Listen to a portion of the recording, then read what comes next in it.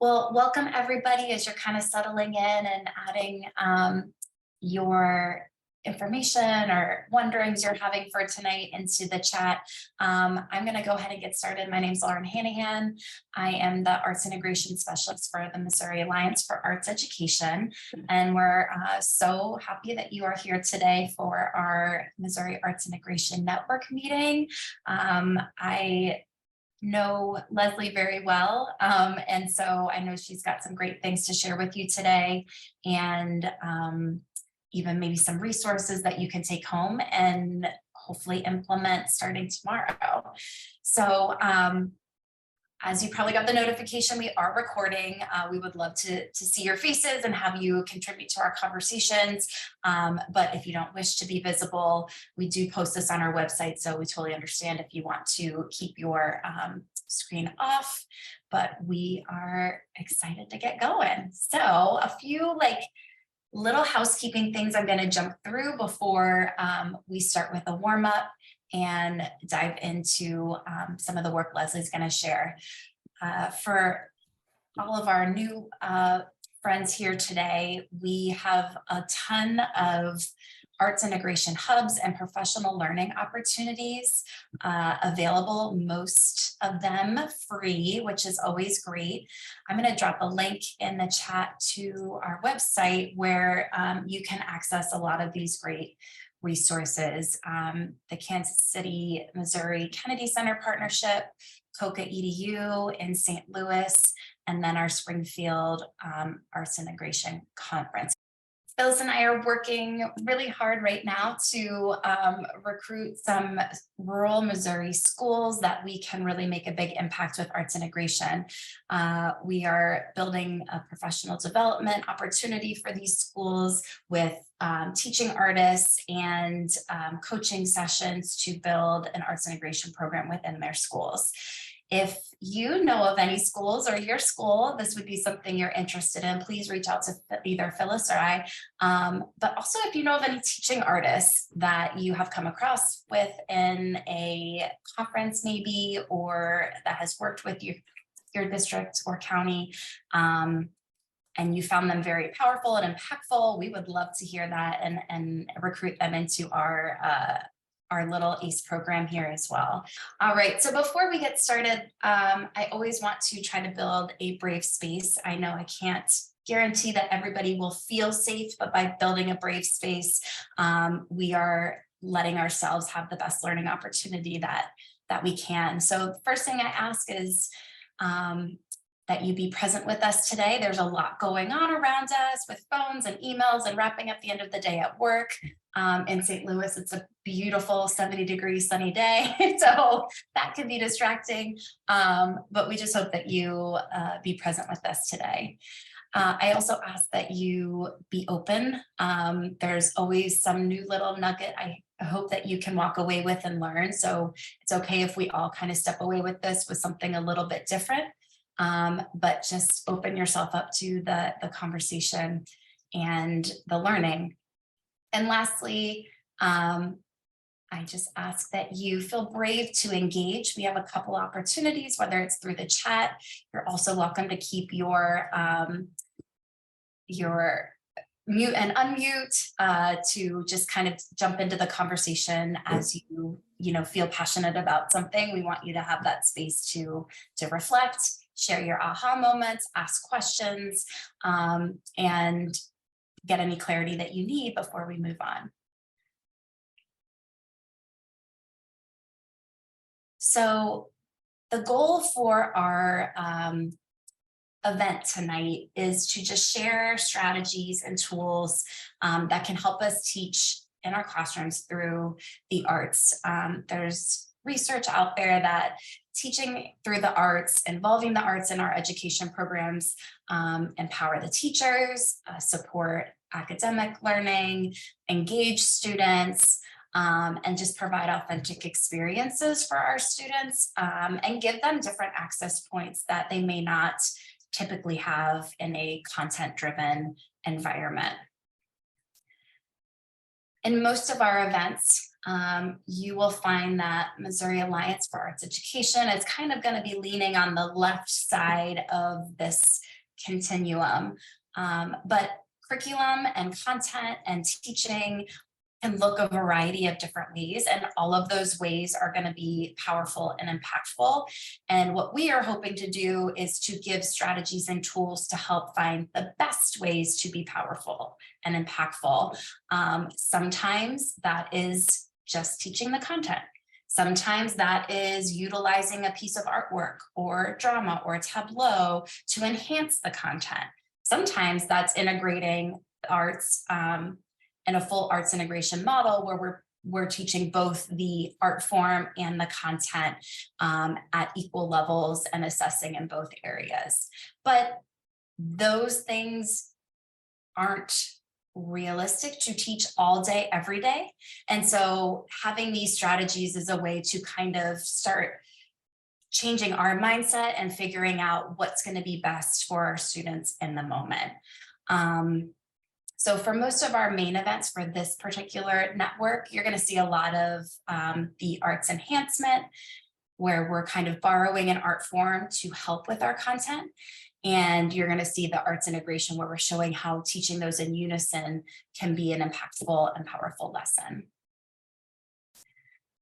So I want to start us off with a quick warm up, and I'm going to drop the image for this. I know last time we did an activity, some friends couldn't really see it as well. So I'm going to drop the link in the chat for you. So if you want to zoom in on your own screen, I encourage that.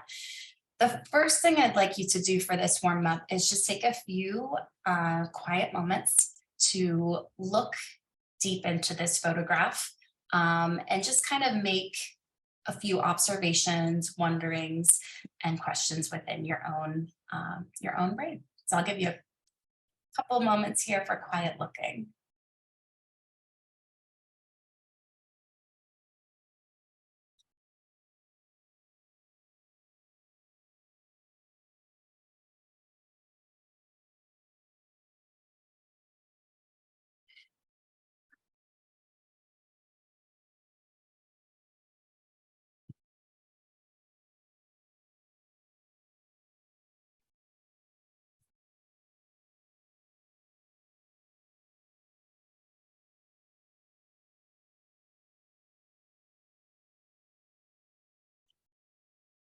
Now that you've had just a chance, I want us to look through the perspective of the various viewpoints in this photograph. So what are the different viewpoints that we can look through in this particular photograph? Feel free to unmute. You can type it in the chat. I like the person in the mirror. Okay. Their viewpoint in how the eye is drawn to the photograph that is on is that a piano that it's sitting on, or a dresser or whatever, and then what's happening in the other doorway. So I think I should be able to, sometimes I can be fancy with Zoom and sometimes, okay. I don't know where there's usually a like laser pointer. So one viewpoint might be from this person here. What are some other viewpoints we might be able to look through in this photograph?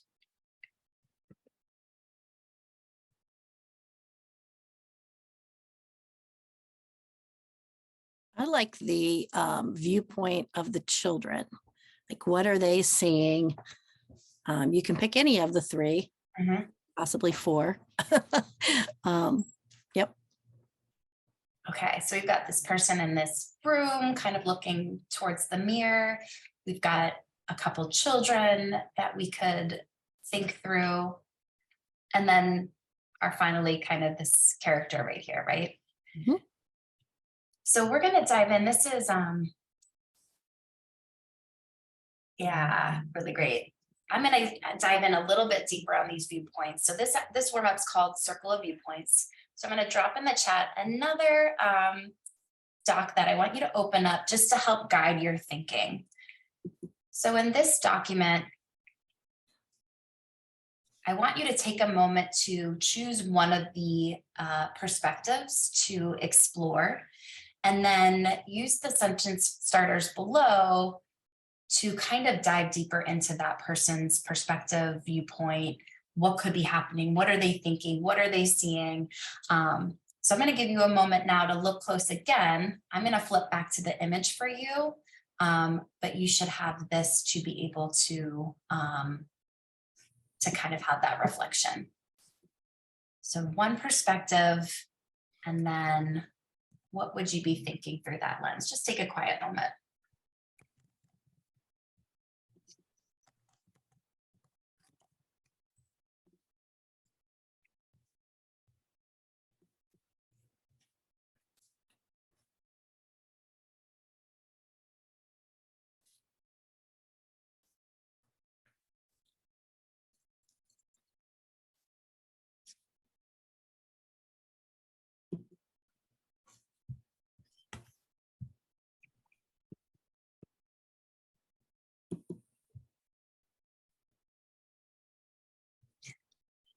Oops, whoa, where'd everything go? Hold on. All right.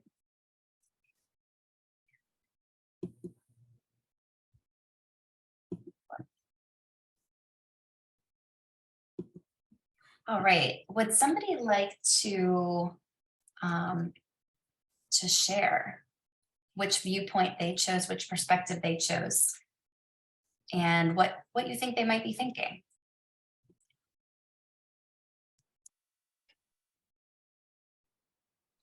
Yeah, go ahead. I'll share, because some people might be thinking like, why did she put what is point of view in the chat box? Like, we're all grown here, we know points of views, we know this, but I was doing a little bit more deep diving into it recently about how to break down those points of views. And so as I'm looking at this image, I'm thinking of it being in a omniscient kind of viewpoint, where it's told from the perspective of the photographer, which we were able to get that information via the link, because he had to do the research behind it. It's still a documentary fine art type of style, but I bet that the photographer also did his research with connecting with these people. So he knows how the perspective is being told. He knows the thoughts and the feelings, and a closeness to these, to the people in the photo. So it's still not a first person story point or a second person's, but someone from the third perspective family giving us an insight into a world that we wouldn't, I guess some people wouldn't get to see. So then I'm curious then, we can totally use the photographer himself as a different perspective into what's happening. So could you use one of those sentence frames? Maybe I'm thinking from the viewpoint of the photographer, I think blank. And what might the photographer be thinking in that moment that he's taking that shot? So I'm thinking from the viewpoint of the photographer, and I am thinking what he might have been trying to show is a relationship, stating the fact that one of the things that stood out to me in the link you shared is that it states that that's the photograph of her name and her adopted daughter, and so like that adopted part poked out to me. But I feel like it's more of showing a relationship between a mother and daughter without the title of adoption.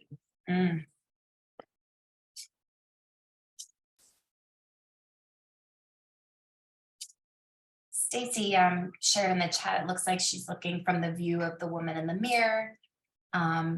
And her perspective is she's tired, but quietly happy while watching her mother play with her children. I teach preschool. I don't have my own children, but I teach preschool now. So yeah, those quiet moments to yourself where you can kind of lie, I can relate to that. And I can see that in her facial expression too, of just that, like, a little breath for her own, but happy in the moment. Perhaps another viewpoint would be the woman looking at the photo. Could it be her parents? She might be looking at them at a younger age than the mother whose age is playing with grandchildren. I think this photograph is the story of generations from youngest to eldest. Yeah, my viewpoint was similar. I said, I am thinking of the importance of family from the viewpoint of a grandmother.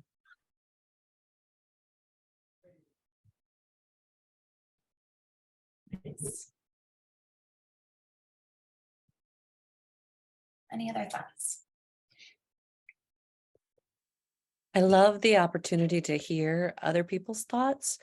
And ever since the person voiced about the perspective of the children, I've been trying to climb inside their heads and wonder what they're thinking, because the two that are in the closest to the photographer and the viewer are looking down, and they're intently engaged with something else. And so it's kind of fun. Yeah. I mean, I'm noticing too, like the empty bowls in front of them, like from the perspective of one of the kids, could it be, can I have another piece of bread, or can I have more? You know, I'm thinking of how children are constantly wanting to have seconds, and then that might not be an option. Or they're intently, you know, they're with their dinner set and now they're just settling in for the evening. So yeah, there's lots of different ways to interpret and look at a piece of artwork. So thanks for sharing your thoughts with me on that. This one, this routine is called Circle of Viewpoints, and it's a great strategy that you can use for talking about complex issues. It works really well when students may have a hard time seeing other perspectives, or when things seem like there's only two sides to an issue. It opens up conversations of thinking that might not be there with just a quick glance. So we kind of looked at this in a variety of ways, whether it's through generations, or it's trying to capture a family unit, or maybe there is a sense of needing more food or more shelter or other avenues. So there's different ways to interpret it. And when we initially look at it, we might think one way, but Phyllis, like you said, after hearing other perspectives on what we think could be happening, it opens up the conversation into other spaces. So that is called Circle of Viewpoints. And it kind of leads into our discussion prompt that I want to take just a few moments to talk through before we jump into what Leslie's going to share with us today. But how do you think we can approach complex conversations with our students? What are some experiences you have? What are some thoughts you have, wonderings you have? How do we do this?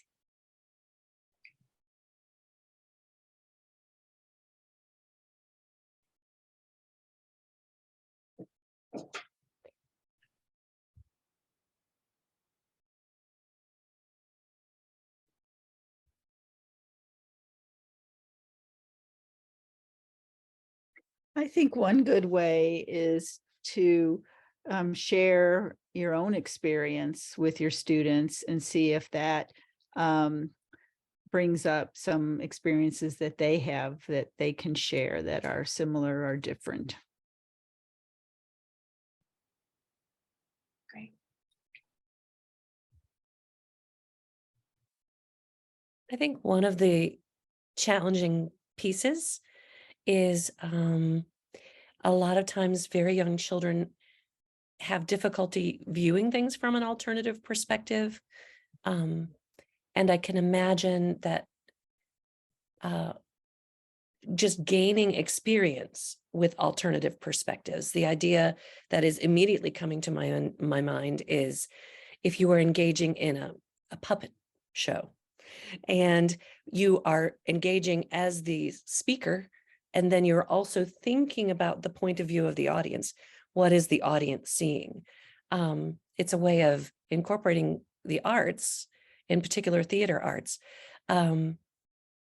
that almost by necessity insists that the student be able to increase their flexibility and shifting points of view. So just more experience, gaining experience in how, if one person thinks this and another person thinks the opposite of that, modeling acceptance of alternatives as a facilitator of discussion.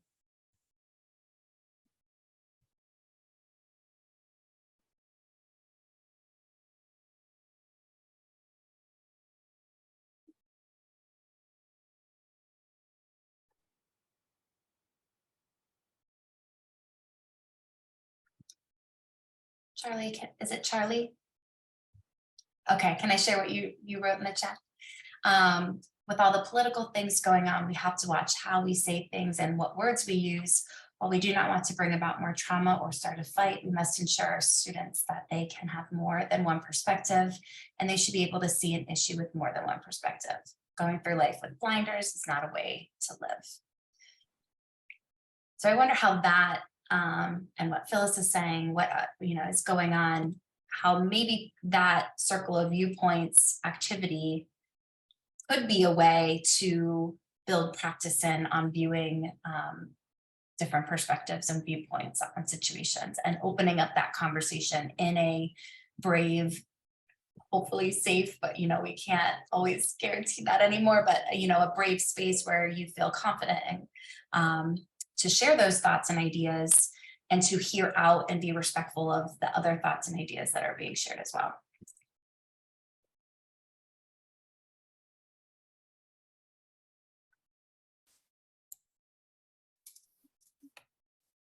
It's okay to disagree, but we must do so respectfully. Yeah. And I think having those powerful opportunities to practice, like we said, gives us the language to agree and disagree respectfully. So it's all about providing those opportunities for our learners to have those conversations. I think modeling what respect looks like is also critical, because there are many models that we would not want our students to emulate that are present in, both written and video record sorts of exposure, and day-to-day life interactions. Yeah. I need to present what I call an open canvas exterior. But do not be judgmental. Encourage the students to listen, to be good listeners, to be receptive, to have a positive environment in your classroom for this exchange. You don't want the same students talking and too many just sitting there listening. You want an open forum.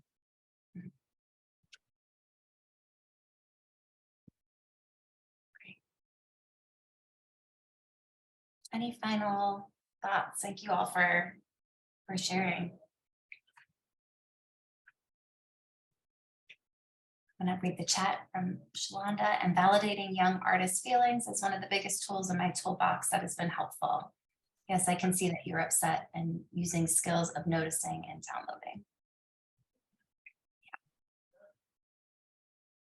We have a lot of hats we have to wear in any one particular conversation, right? So it's, I'm glad that all of these things are coming up and coming out to remind us of the importance of what we do, and how we can use art as a form to support our young learners and have these important conversations.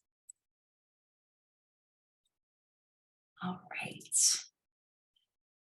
So now that we're in an artful mindset, I would like to welcome Leslie Lawston. She's a veteran educator with over 33 years of teaching experience, ranging from early childhood to upper elementary. She teaches in Virginia, but has also taught across the country, sharing best practices in literacy and science. Leslie currently is working as a reading specialist, helping educators across the state of Virginia dive into the science of reading right now. She also works as an adjunct professor at a local university supporting pre-service teachers with arts integration practices and literacy. And she believes in the power of visual art and literacy to support language comprehension. She's passionate about sharing arts integration strategies. We often have several conversations about what's happening. She has recently started a podcast called The Other End of the Reading Rope, which you can find on Spotify. And she has endless activities with artful thinking strategies and best practices for arts integration and literacy on her Teacher Pay Teacher store. So Leslie, you're gonna share your screen, correct? So I'm gonna get out of here.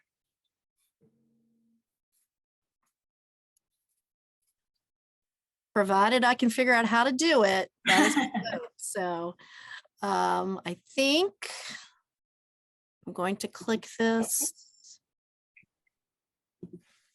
All right, so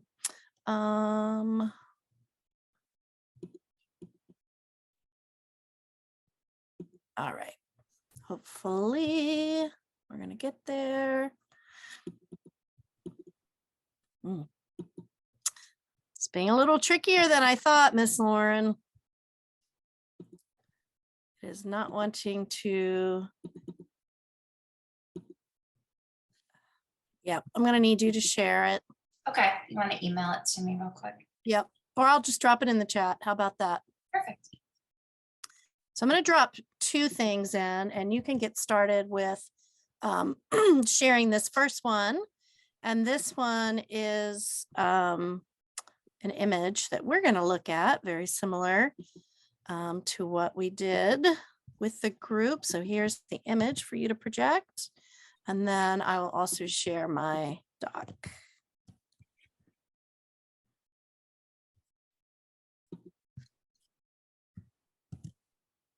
I have a lot of empathy for those people who I watch a lot of webinars who can't get their computers to work.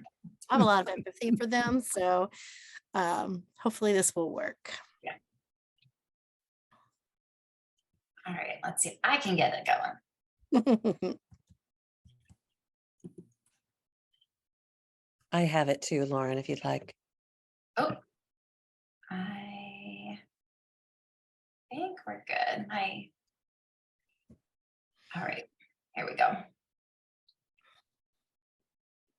All right. Fabulous.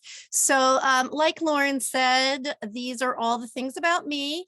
I had the distinct privilege of working hand in hand with Lauren for a number of years. She was the arts integration coach where I was the literacy coach. And so together we developed a lot of amazing things that we are still using to this day and are building, even though she has left us for St. Louis and better pastures. So go ahead and go to the next slide. So you may be hearing a lot about the science of reading these days in education. And sometimes we hear a lot about the phonics side, and we don't hear a whole lot about this other end of the reading rope, which is the language comprehension side. And this is where you will find that arts integration and arts enhancement really go hand in hand, because when you're working on language comprehension, you are building background knowledge. And what better way to build background knowledge than through the arts? It's another way that you can build vocabulary. You can also be learning your regular comprehension skills and strategies that we've been working on. But the other thing that's most important that people forget about is the verbal reasoning side. And verbal reasoning is where inferencing and metaphors come to play. And that is huge. And many of the resources that arts integration and arts enhancement can share with you. So go ahead and go to the next slide.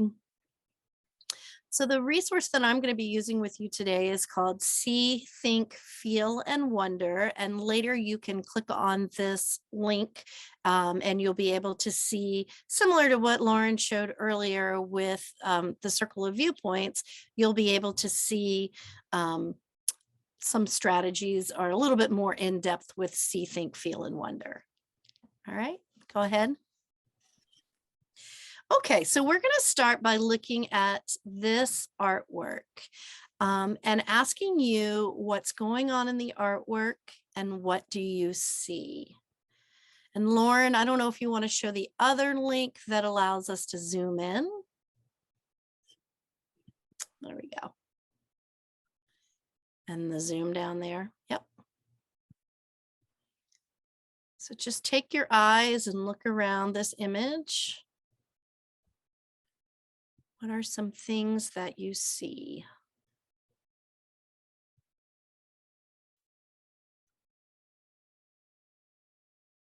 See different like structures, buildings. Mostly. I see a lot of different flags that makes me think she is an international traveler. Mhm.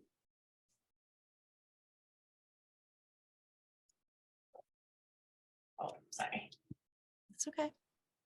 As well as iconic landmarks from certain regions. Mhm. Yeah, I'm thinking the Liberty Bell, the White House, maybe. I see the man playing what looks like the piano behind her, and just the way that her body language is, like she's singing or speaking.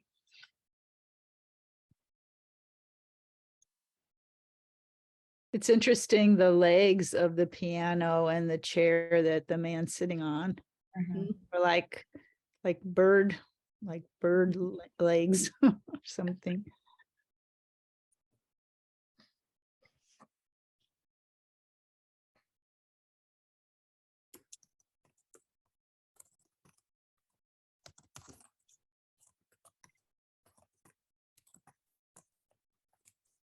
Let's go back to my slide now that we've zoomed in and go to the next one. And so this is Marian Anderson.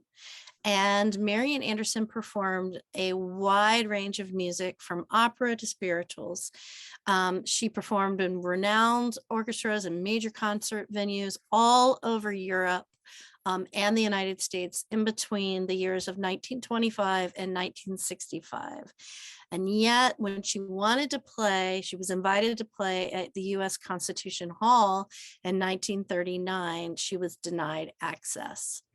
And so Marian was able to get some help from Eleanor Roosevelt, and she was able to perform, but not at Constitution Hall. She performed somewhere else. Let's go to the next slide.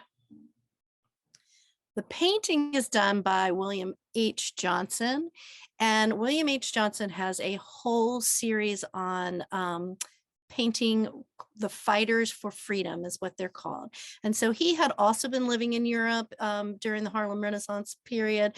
And he came back after World War II, or when things became not safe to stay in Europe. And he came back. And when he came back, he noticed there had been a lot of shifts between what he was used to in Europe and coming back to the United States. And so he created this series called Fighters for Freedom. And this painting is one of several paintings in that series. And I've linked that later so you can look at some of the other artwork that's in that series. Go ahead. So now that you know a little bit more background information, what else do you notice?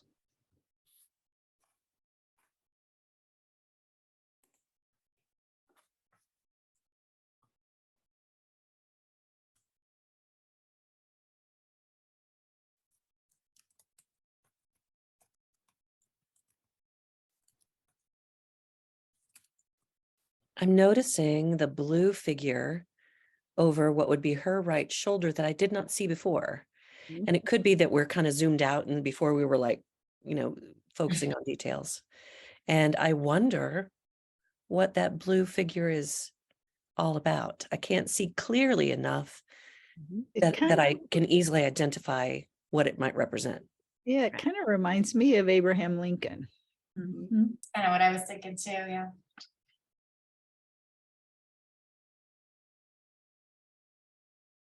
What else do you notice?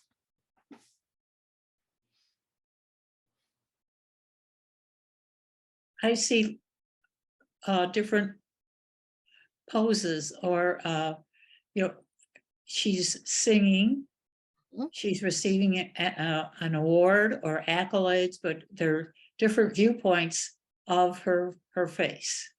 Mhm. Does anybody have an inference as to who that woman might be giving her that award? I Eleanor find- Roosevelt? Mhm. Yep.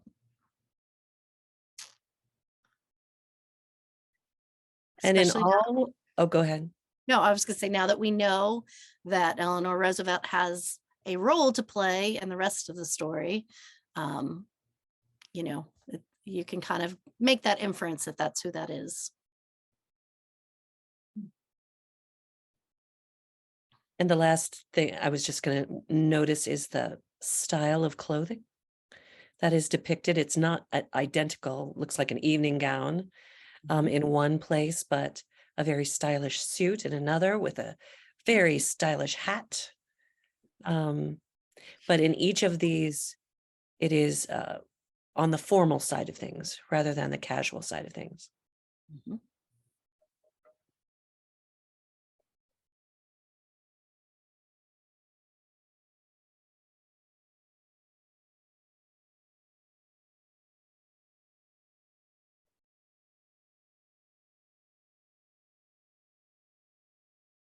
Okay, let's go back to the slide.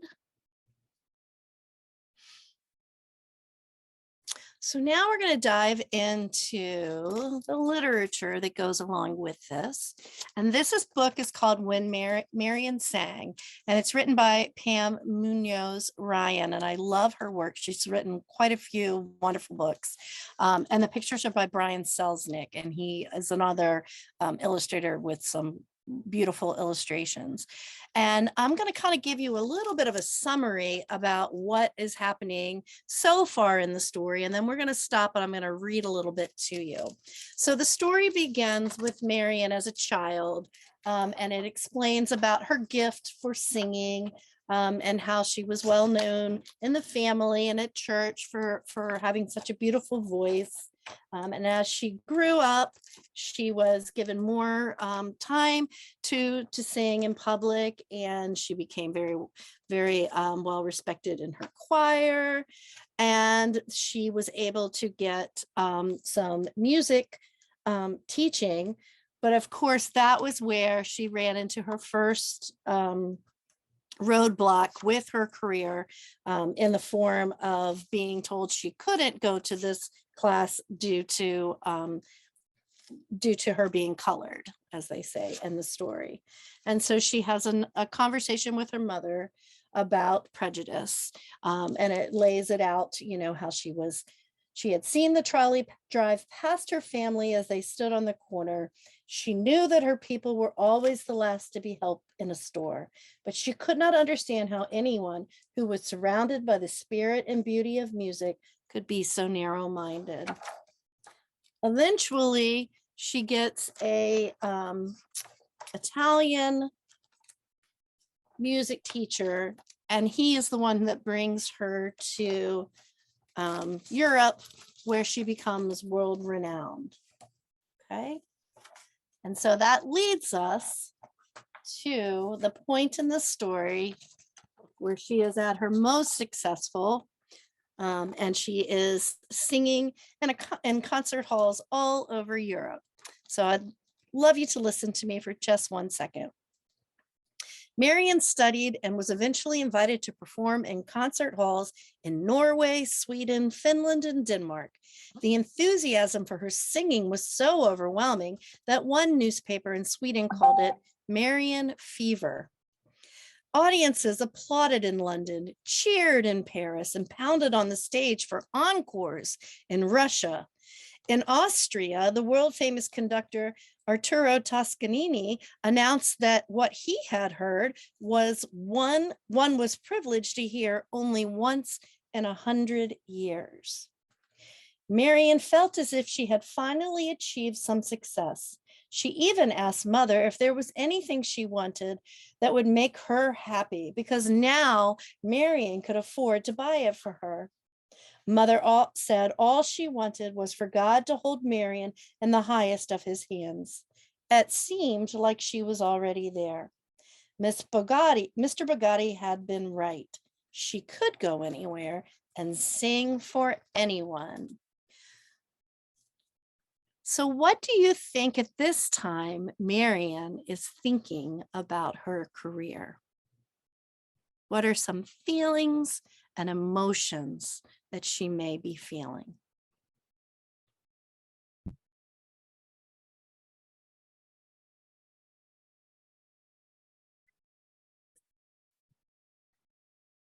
Happy. Right. I was going to say what Shalana just put in the chat, proud, accomplished. Absolutely. Fulfilled. Fulfilled for sure. Look at me now. I love that.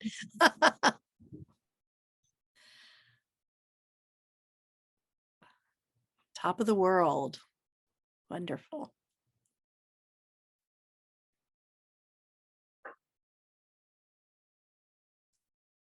Okay. Let's go on to the next part.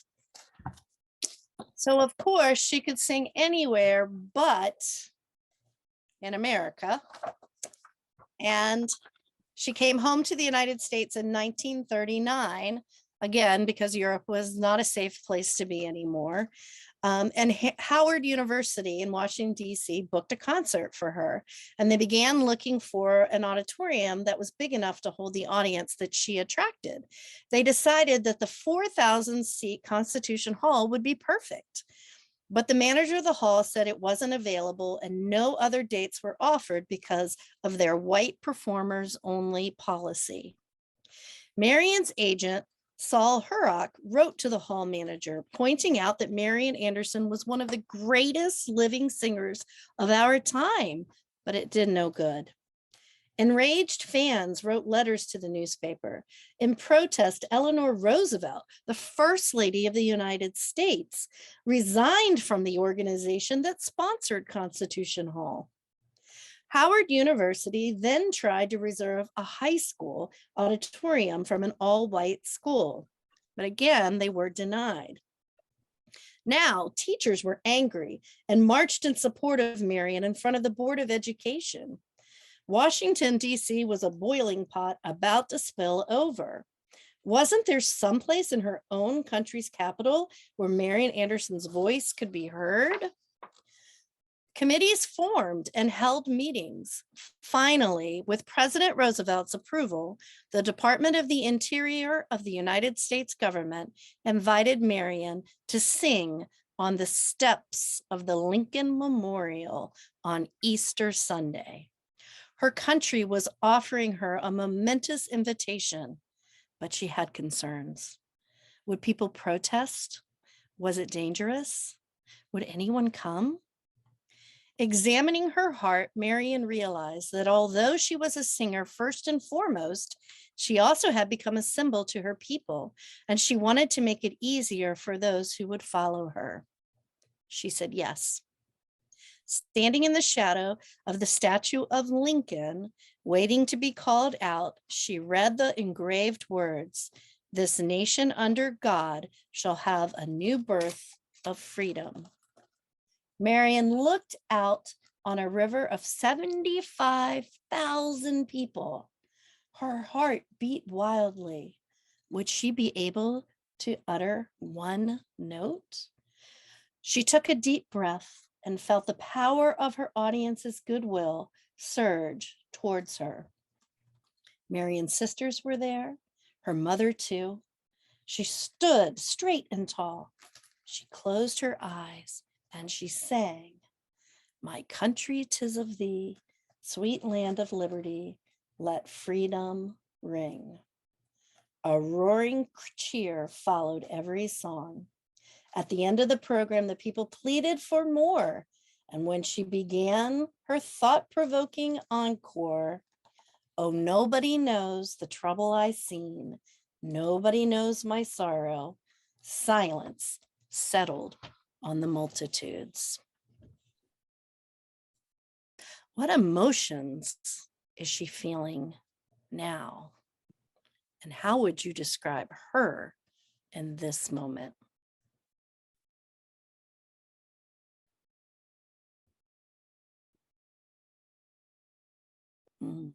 Calm, strong.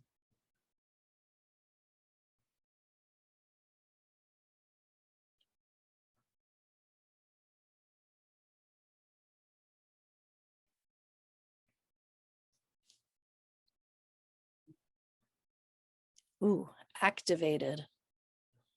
Missed the other one. Lauren, can you read the other one? I missed it. Fearful, cautious, seeking inner fortitude to face a difficult task. Mm.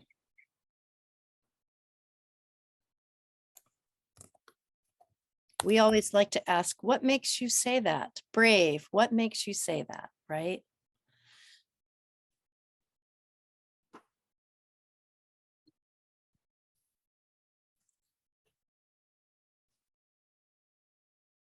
Anything else?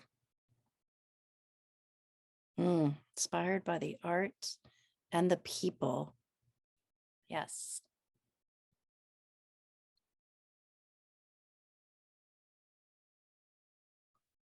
Let's go ahead to the next slide. 6 minutes left. Okay, thank you, Lauren. Wait, go back to, yeah, this one. So then you can ask your students, what do you think these people feel or think at the event? And this comes straight from the book, and it's a 2-page spread that has people from all walks of life that you can zoom in on and ask them what they think too. Go on to the next one. We have a video of her singing. Just play a short clip. Easter Sunday, 1939, Marian Anderson was not allowed to sing in Washington's Constitution Hall. And so things were worked out to move the concert to the Lincoln Memorial. Thousands are gathered near the memorial to hear this Easter Day recital, which is perhaps the first open-air concert ever held in Washington.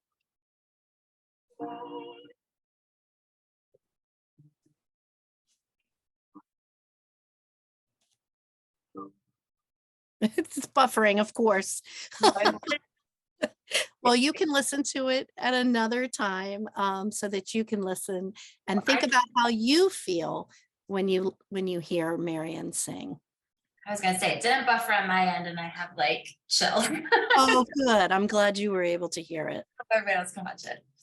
Oh, good. Easter Sunday, 1939. This is another artwork at the portrait gallery of her, and you see her in her beautiful fur. And there's also her fur that she wore is actually at the Smithsonian as well. So you can show your students that if you want to. This quote, I think, is thought-provoking as well. That sometimes we say yes, but it's not a quick yes. It's not a yes without reservations. So I think that's a great point that you can ask your students too. Like sometimes there's more behind the answer of speaking out.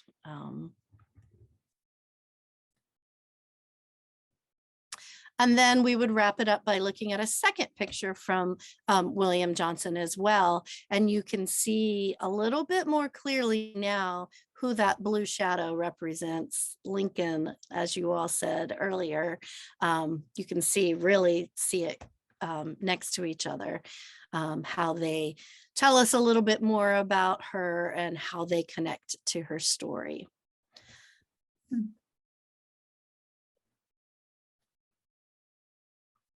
And so if you want to learn more about the Fighters for Freedom series, there's a Learning Lab link back there that you can click on, and it'll show you all of the different versions. There's a great Harriet Tubman one. There's some great ones there. And then this is the free resource that Lauren is going to share with you that has a 3-day lesson in it for the book When Marian Sang, and it gives you learning targets. It has the arts enhanced lesson similar to what we just walked through. And it gives the students an opportunity to share what they are thinking and also tie it into her character and overcoming obstacles. So it's a great lesson for, I chose it because we're at the end of Black History Month, but beginning Women's History Month. And so it's a nice one that can be used in either one of those two areas. So you can, Lauren's going to share that with you guys. And I think that was it, wasn't it?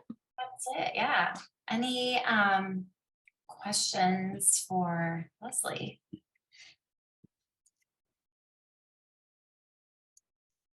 All right, well, I know we are coming to the end here, so I want to be respectful of time. So I'm going to jump back into my slides real quick.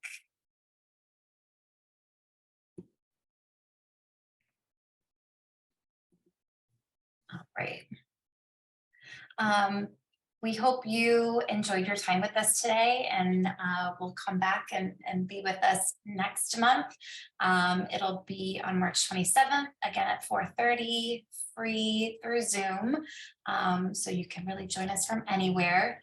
We are going to be looking at and talking about how to align art and non-art standards for assessment. So really diving into what makes art integration, and it's having both of those areas on the same playing field. So we'll look at how can we do that, and how can we keep that in the forefront of our mind as we're planning, and which opportunities would be great art integration lessons. That assessment piece can be really tricky, so we want to kind of break it down a little bit for you. If you need or want a continuing ed certificate, please email Phyllis, director@moaae.org, and she can get you that. Last but not least, we are, well, second to last, we are a nonprofit organization. So we do appreciate any contributions you can make.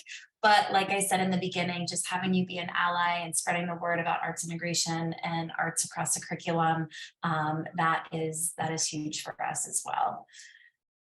Last but not least, I'm going to drop a link in the chat. If you could just take a quick minute and provide us some feedback. We are constantly looking for what is going to be best for our Missouri teachers, and making sure that this program is of greatest benefit to you. So we appreciate any and all feedback, and thanks for joining us. And 5:30 on the dot. Have a great evening.